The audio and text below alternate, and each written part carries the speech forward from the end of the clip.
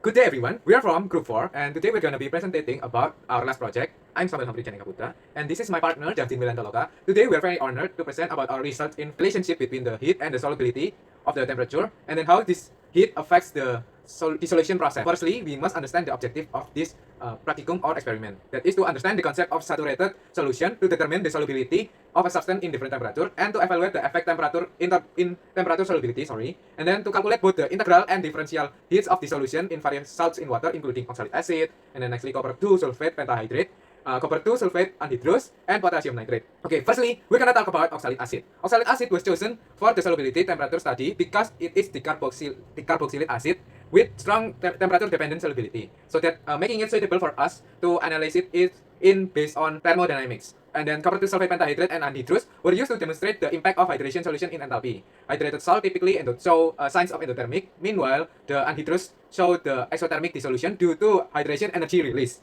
And then lastly, there is potassium nitrate that is included to represent a common inorganic salt that is endothermic in dissolution, ideal for us to observe the large temperature change. Okay, after we explain the material that is used, we then move on to the instrumental that is used. That is firstly the thermostat bed with ice and NaCl that is used to achieve a size low temperature minus 5 degrees Celsius until 25 degrees Celsius without active cooling. And NaCl can help us lower the freezing point of water to make a stable ice bed. And then digital thermometer that is used to read the temperature accurately and monitor the temperature fluctuation. And then calorimeter set, essential for measuring temperature changes in the solution, allowing us to calculate heat of the solution using the principle of energy conservation or Black's law.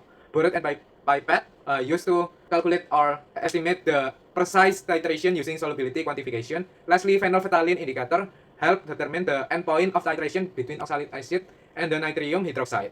Okay, you may be wondering why I'm talking about solubility this, solubility that. Solubility is the maximum quantity of a solute that can dissolve in a given amount of solvent at a certain solution. And then in this state, the rate of dissolution is equals to the rate of recrystallization, meaning the dissolved and undissolved are at a dynamic equilibrium. The solubility of solids in liquids generally depends on the temperature in most cases. During the increasing temperature, the solubility of a nature of the dissolution process being endothermic. Solubility describes how much solute can dissolve before a solution becomes saturated. At saturation, the system is in dynamic equilibrium because the main dissolutions are endothermic. Solubility typically increase with temperature. Then we discuss about the temperature that has a significant impact on the solubility.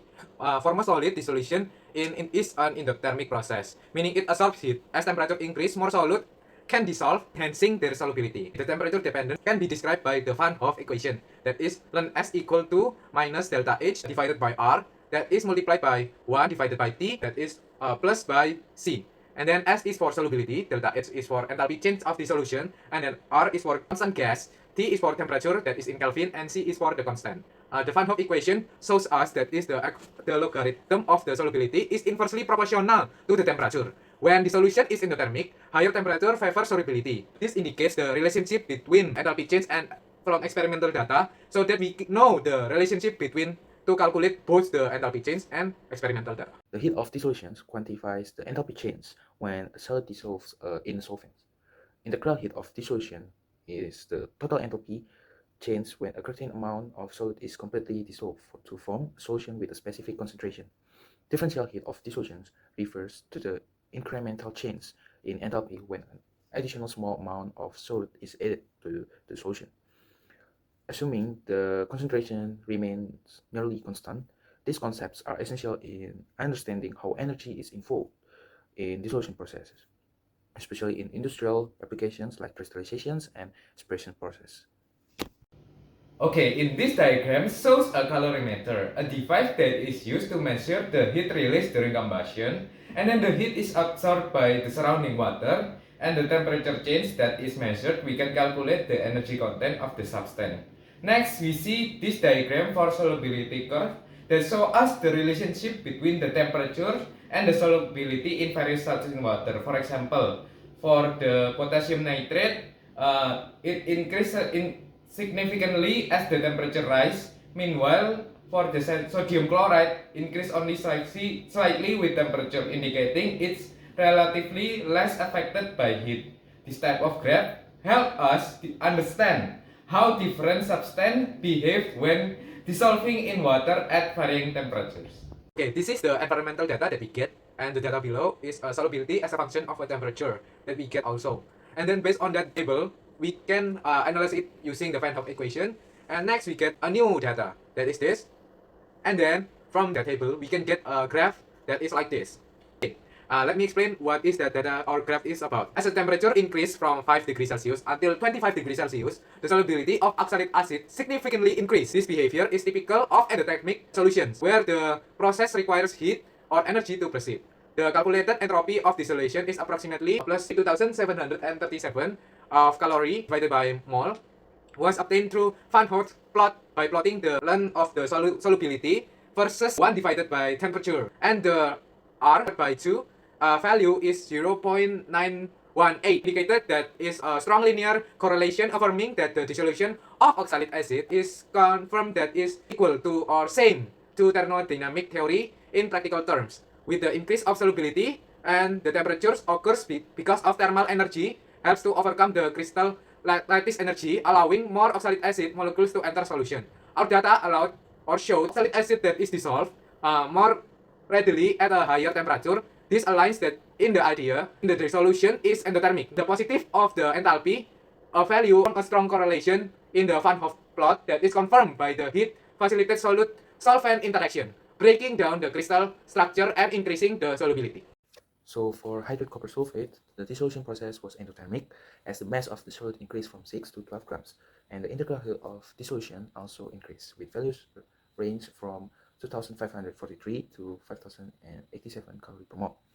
And for the dissolution of anhydrous copper sulfate is exothermic as the solute mass increased. And for integral heat of dissolution, values range from minus 2543 to minus 3815 calories per mole. So this is our graph of the relationship between the integral heat of dissolution and the molality of anhydrous copper sulfate. As shown, the trend line indicates a negative slopes, which reflects that the dissolution is an exothermic process. The regression equation for this plot is minus 4094.5 times molality minus 903.02, with the differential heat of dissolution being minus 903.02 calorie per mole. And for the relationship between the integral heat of dissolution and the molality of hydrate copper sulfate shows a positive slope, indicating that the dissolution process is endothermic. And for the regression equation is 12,451 times molality plus 1049.3, and for the differential heat of dissolution is plus 1049.3 calorie per mole. As temperature increases from 5 degrees Celsius to 25 degrees Celsius, the solubility of oxalic acid also increases. This confirms that the dissolution process is endothermic, supported by a positive enthalpy value and a high regression value around 0.918, indicating reliable data. And higher temperatures enhance dissolutions due to the distribution of intermolecular forces within the crystal, making it easier for the solute to interact with the solvent. And for hydrate copper sulfate, the dissolution is endothermic, requiring energy to break crystal lattice and hydrogen cells. And for anhydrous copper sulfate, the dissolution is exothermic, that releasing heat due to strong hydrogen, cupric, and sulfate ions when forming complexes like hexaaqua copper 2+ ion. This comparison highlights how the presence or absence of water in salt structure significantly affects in thermodynamics behavior. And for differential heat of dissolution was determined first for hydrate copper sulfate around plus 1049 calories per mole, and for anhydrous copper sulfate around minus 903 calories per mole. And for hydrate salts requires energy to break both crystal and hydrogen bonds, resulting in positive enthalpy. Anhydrous salts release energy from hydrogen, showing negative enthalpy, and understanding these thermodynamic properties is crucial for chemical engineering applications like energy efficient separation, solubility control, and crystallization processes. And for the conclusion, based on the experimental results and thermodynamic analysis, it can be concluded that the solubility of oxalic acid increased with temperature, confirming the endothermic nature of its dissolution.